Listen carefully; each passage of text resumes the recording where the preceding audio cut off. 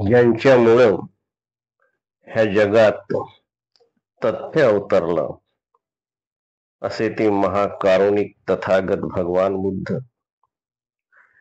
ज्यांच्यामुळं या देशातील दुःखी पीडित शूद्र अतिशूद्र जनता स्वाभिमानाचे जीवन जगत आहेत असे ते प्रज्ञासूर्य बोधिसत्व डॉक्टर बाबासाहेब आंबेडकर यांच्या स्मृतीस विनम्र अभिवादन व पंचांग प्रणाम व आपणा सर्वांना मैत्रीपूर्ण जय भीम नमो बुद्धाय.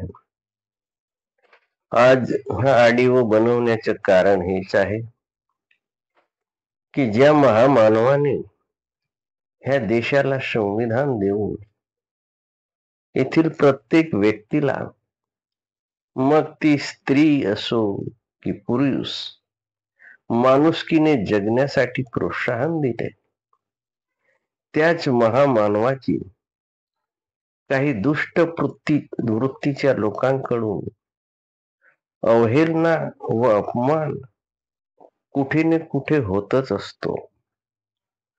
मनुष्य किती कृतज्ञ असू शकतो, दुष्ट असू शकतो, याची प्रचिती ठिकठिकाणी येऊ लागते. जेव्हा माणसे डॉक्टर बाबासाहेब आंबेडकरांची मूर्ती हटवणे, मूर्ती फोडणे, मूर्तीला चपलांचा हार घालून त्यांचा अपमान करणे, वाचेने अभद्र बोलणे इत्यादी कृत्य करीत असतात, त्या डॉक्टर बाबासाहेब आंबेडकरांच्या जिवंतपणी तर त्यांना अत्यंत कष्ट देण्यात आलेच, पण त्यांच्या महाप्रयाणानंतरही लोक त्यांना त्रास देत आहेत. हे का घडत आहे असा जेव्हा विचार मनात येतो तेव्हा मन विषण्ण होते. तथागत बुद्ध म्हणतात, मनोपभंगम्मा धम्मा मनोशेठा मनोमया, मनसाचे पदुठ्ठेन भासतीवा करोतीवा, ततो न दुःखमन्वेती चक्कम वहतो पदम. मन हे सगळ्या गोष्टीचे मूळ आहे. मन हेच प्रधान आहे. मनाच्या दुष्टतेने जो मनुष्य बोलतो किंवा कृती करतो तेव्हा दुःख त्याच्या पाठीशी असं धावतं की जसं बैलगाडीचं चाक बैलाच्या पायाच्या पाठीमागे धावतं. म्हणून मनाच्या दुष्टतेने डॉक्टर बाबासाहेब आंबेडकरांचा अपमान, अवहेलना वाचेने आणि कृतीने जर माणसे करत असतील तर सर्वत्र दुःख पसरायला लागतो, कलह पसरायला लागतो आणि अशांतता निर्माण होते. म्हणून भगवंतांनी धम्मपदात दुसरीही एक गाथा अशी म्हटलेली आहे, गाथा नंबर 125. यौ उपदुठ्ठस्य नरस्य दुस्सती शुद्धस्य पूसस्य अनंगनस्य तमेव बालम पच्चेति पापम सुखुमो रजोपटी वातम वखितो. दोष मुक्त नरास जो दोष देई, ऐशा नराशी तो दोष जाई, जैसे धुलीकन परत अंगी येई, वाऱ्या विरुद्धचे फेकले जाई. म्हणजे ज्याप्रमाणे हवेच्या विरुद्ध दिशेने फेकलेले सूक्ष्म धुलीकण ते फेकणाऱ्याच्याच अंगावर येतात, परत येतात, त्याचप्रमाणे निर्मल व दोषरहित माणसाला दोषी ठरवणाऱ्या मूर्खालाच तो दोष लागतो. तुम्ही पाहता ना की सूर्याकडे वरती पाहून थुंकल्यास ती थुंकी आपल्याच अंगावर येते. तसंच हे आहे की जे लोक जे मनुवादी लोक, जे दुष्ट लोक डॉक्टर बाबासाहेबांना दोष देतात, त्यांचा अपमान करतात, तो अपमान सुद्धा त्यांनाच लागू होतो, कारण तो बाबासाहेब त्यांच्याकडून घ्यायला तयार नाहीत. डॉक्टर बाबासाहेबांचा अपमान करणाऱ्यांना मला हेच सांगायचे आहे की त्यांनी तुमचं काय वाईट केलं. अरे, जगानं ज्याची दिलखुलास प्रशंसा केली असं संविधान तुम्हाला दिलं, प्रत्येक भारतीयानं आपलं म्हणावं असं संविधान आहे ना, त्यात काय वाईट आहे? आणि तुम्हीच तुम्हाला अर्पण केलेलं ते संविधान आहे. We the people of India, आम्ही भारताचे लोक आपल्यालाच हे संविधान अर्पण करीत आहोत, अशा तऱ्हेचं प्रियंबल आहे. आणि त्या संविधानामध्ये काळानुसार, वेळेनुसार त्याच्या मूळ आधाराला धक्का न लावता बदल करण्याचा अधिकार आहे तुम्हाला आहे. तेथील मूळ तत्व स्वातंत्र्य, समता, बंधुता व न्याय ही तथागत बुद्धांची तत्वे त्यात घातली आहेत. यात काय वाईट आहे? तुम्हाला काय म्हणायचं आहे ते तरी नीट सांगा. सापासारखे दुतोंडी बनू नका. तुम्हाला मनुस्मृती हवी असल्यास त्यात सर्वांच्या हिताचे काय आहे ते तरी स्पष्ट करा. बुद्ध कालाम सुत्तात म्हणतात, कोणत्याही गोष्टीवर नुसत्या ऐकण्याने विश्वास ठेवू नका. तुमच्या अनेक पिढ्यांनी चालत आलेल्या परंपरागत चालीरीती आहेत म्हणून त्यावर तुम्ही विश्वास ठेवू नका.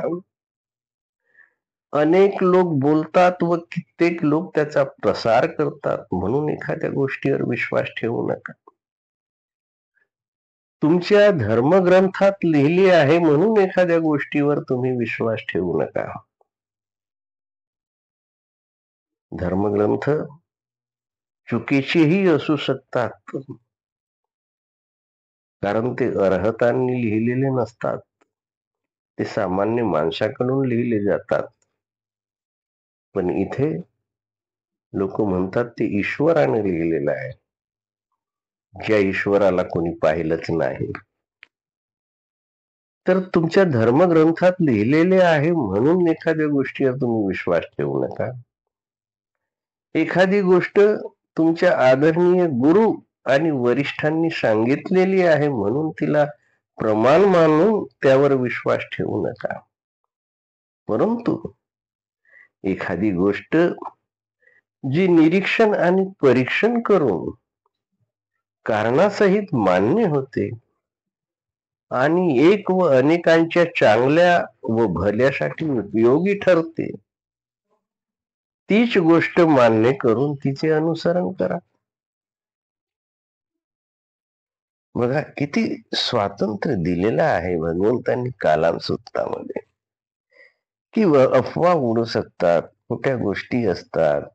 लिहिणारा आपल्या मनाच्या स्थितीतून तो लिहितो, तो दोष युक्त असतो, त्याच्यातही काहीतरी दोष असतात.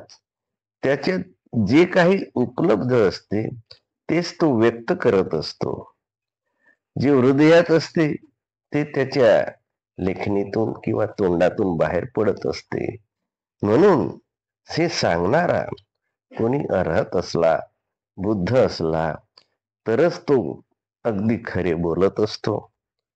तर अर्हतांचे सांगणे त्याच्यावर तुम्ही विचार करू शकता, परंतु धम्मग्रंथ लिहिणारे हे अर्हत असतीलच असे नव्हे. म्हणून तुम्ही त्याच्यावर चिंतन मनन करून योगे अयोगे याचा विचार तुम्ही केला पाहिजे. हे भारतीयांनो, 2600 वर्षापूर्वीचे जुनी तत्वज्ञान किती आधुनिक आहे यावर चिंतन मनन करा. हे जुने ते सोने आहे, परंतु सर्वच जुने ते सोने आहे असे म्हणून चालणार नाही. जुने जर सोने असेल तर ते अवश्य घ्या, पण जुने जर दगडच असेल तर ते अवश्य फेकून द्या. यात बुद्धांनी सांगितलेले आर्य अष्टांगिक मार्गातील सम्यक दृष्टी वापरा व त्यानुसार सम्यक संकल्प करा. भारतातील काही 2-3% लोकच बुद्धाबद्दल मिथ्या दृष्टी बाळगल्याने बुद्धाला इथून घालवून देण्यात आले. संपूर्ण आशिया व युरोप यांनी बुद्धाला अनुसरले. त्यामुळेच भारताला विश्वगुरु म्हणून ओळखले जाते. भारताची जी काही प्रतिष्ठा जगात आहे ती बुद्धामुळेच. परदेशातील लोक बुद्धामुळेच येथील माती मस्तकाला लावतात. तुम्हीही विदेशात जाऊन मी बुद्धाच्या देशातून आलो म्हणून त्यांना सांगत असता. मग तो फक्त दिखावा का असेना. भूतकाळात तुम्ही बुद्धाला इथून घालवलं आणि बुद्धाला ज्या डॉक्टर बाबासाहेबांनी परत भूमीत आणलं त्याच बाबासाहेबांना तुम्ही इथून घालवण्याचा प्रयत्न करीत आहात. यामुळे या देशाचेच नव्हे तर तुमचेही नुकसान होणार आहे हे लक्षात ठेवा. तुम्ही आपल्याच पायावर धोंडा पाडून घ्याल. मग तुम्ही कोणालाच दोष देण्याच्या लायकीचे उरणार नाही. डॉक्टर बाबासाहेब आंबेडकरांनी मनुस्मृती जाळली अथवा नाकारली म्हणून आपण त्यांना दोष देता काय? असे करू नका. त्यामुळे त्यातून तुमचे अज्ञानच दिसून येईल. तुम्ही तो ग्रंथ नीट वाचलाच नाही असे होईल. मनुस्मृती नाकारून बाबासाहेबांनी तुमचे कल्याणच केले आहे. ते सर्वांचे कल्याण मित्र आहेत. ती नाकारल्यानेच आज तुम्ही सत्तेवर आहात. तथागत बुद्ध धम्मपदात म्हणतात, निधीनं व पवत्तारं यम पश्ये वज्रदर्शिनं निगह्यवादी मेधावी तादिसं पंडितं भजे तादिसं भजमानस्य येयो होती न पापियो. दोष दाखविणाराला धन दाखविणारा जाणे, संयमवादी सुज्ञाने त्या राहावे पंडित सोबतीने, होई लाभ संगतीने अशा अकल्याण ना कधी होणे. बुद्धांच्या म्हणण्याचा अर्थ हाच आहे. तर दोष दाखविणाराला, आपले दोष दाखविणाराला जमिनीत गाडलेले गुप्तधन दाखवणाऱ्या माणसासारखे समजावे.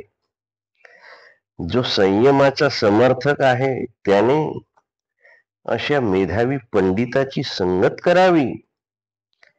त्यांनी माणसाचे कल्याणच होते, अकल्याण होत नाही. तुकाराम महाराजही हेच सांगतात, निंदकाचे घर असावे शेजारी. संत कबीरही सांगतात, निंदक मेरे साथी आंगन कुटी छवाय. डॉक्टर बाबासाहेबांनी सुद्धा संविधानात पक्ष प्रतिपक्षाची व्यवस्था केली. ती का केली? की काही शासनातील दोष सत्ता पक्षाला दाखवण्यासाठी प्रतिपक्ष असावेत. संविधान बनवताना सुद्धा वाद प्रतिवाद किती झाले, किती संघर्ष झाला आणि त्या संघर्षातून उपयोगी अर्क काढून त्यात उतारण्यात आला आणि तो अमृत अर्क विषारी बनवण्याचा प्रयत्न तुम्ही दुष्ट प्रवृत्तीतून करत असता. त्या दुष्ट प्रवृत्तीला आळा घालण्यासाठी अनेक स्वायत्त संस्थांची स्थापना संविधानात केलेली आहे.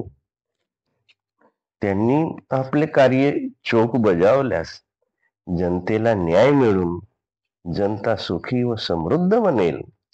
पर्यायाने देशाचे भविष्य उज्ज्वल होऊन त्याची भरभराटच होईल.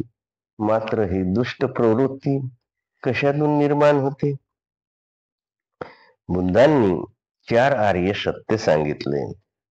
दुःख आहे, दुःखाला कारण आहे, दुःखाचा निरोध करता येतो व दुःख निवारणाचा मार्ग आहे.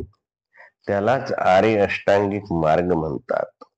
डॉक्टर बाबासाहेब आंबेडकरांनी या देशाचे दुःख जाणले, आमचे दारिद्र्य जाणले व आमचे दारिद्र्याचे कष्टाचे जीवन जाणले. त्याचा स्वतः अनुभव पण घेतला व दुःख निवारणाच्या मार्गातील अर्थात आर्य अष्टांगिक मार्गातील सम्यक दृष्टी ठेवून सम्यक संकल्प केला, अर्थात प्रज्ञा वापरली व दुःखाचे कारण शोधले. ते कारण त्यांना मनुस्मृतीत आढळले. त्यांनी जातीपाती नष्ट करण्यासाठी ॲनिहिलेशन ऑफ कास्ट लिहिले, परंतु जाती नष्ट करण्याचा प्रयत्न काही ब्राह्मण्यवादी प्रवृत्तीने सफल होऊ दिला नाही. स्त्रियांना, शूद्रांना, अतिशूद्रांना व आदिवासींना या दुःखातून मुक्त करण्यासाठी त्यांनी हिंदू कोड बिल लिहिले, परंतु ब्राह्मण्यवादी प्रवृत्तीने तोही प्रयत्न सफल होऊ दिला नाही व त्यांना मंत्रिपदाचा राजीनामा द्यावा लागला. म्हणून शेवटी त्यांना बुद्धाच्या धम्माचा पर्याय शोधावा लागला. तो पर्याय शोधल्यानंतर त्यांनी शब्द उच्चारले, मी नरकवासातून मुक्त झालेलो आहे व माझा नवा जन्म होत आहे. हिंदू राष्ट्र संकल्पनाच मुळी नरकवास आहे. त्यातून प्रत्येक भारतीयाने मुक्त होणे आवश्यक आहे, कारण मी प्रथमतः भारतीय आहे व अंतिमतः भारतीयच. व त्यावेळी त्यांनी घोषणा केली की मी संपूर्ण भारत बौद्धमय करीन, कारण ह्या भारताची मूळ संस्कृती ही बौद्ध संस्कृतीतच आहे, अन्य कुठलीही संस्कृती नाही. परंतु भारतीयांच्या दृष्टीने दिनांक 6 डिसेंबर 1956 ची रात्र ही काळ रात्र ठरली. त्या घोषणेनंतर उन्ने पुरे 53 दिवसाचेच आयुष्य त्यांना लाभले. सारा भारत बौद्धमय करण्याचा त्यांचा सम्यक संकल्प अपुराच राहिला. धम्म दीक्षा देताना सर्व दलितांना, पीडितांना त्यांनी बजावून सांगितले की बुद्ध धम्माचा प्रचार व प्रसार करणे हीच खरी मानव सेवा होय. मात्र बुद्ध धम्माचा अंगीकार हेच या देशातील मनवाद्यांचे दुखणे आहे आणि त्यामुळेच ते डॉक्टर बाबासाहेबांचा क्षणक्षण द्वेष करीत असतात, अपमान करीत असतात. परंतु बाबासाहेबांनी त्यांच्यावरही करुणा करून त्यांच्या भल्याचे संविधान दिले. त्या संविधानानेच ह्या देशावरती मनुवादी राज्य करीत आहेत आणि तरी ते त्या संविधानाचा व बाबासाहेबांचा तिरस्कार करून अपमान करीत आहेत. बुद्ध म्हणतात, नाही वेरेन वेरानी संमंती ध कुदाचन, अवेरेनेच संमंती एस धम्मो सनंतनो. वैराने वैर कधीच मिटत नाही. अवैरानेच म्हणजे मैत्रीनेच वैरत्व मिटू शकते. हाच सनातन धर्म आहे, अन्य कोणताही नाही. धन्यवाद. जय भीम.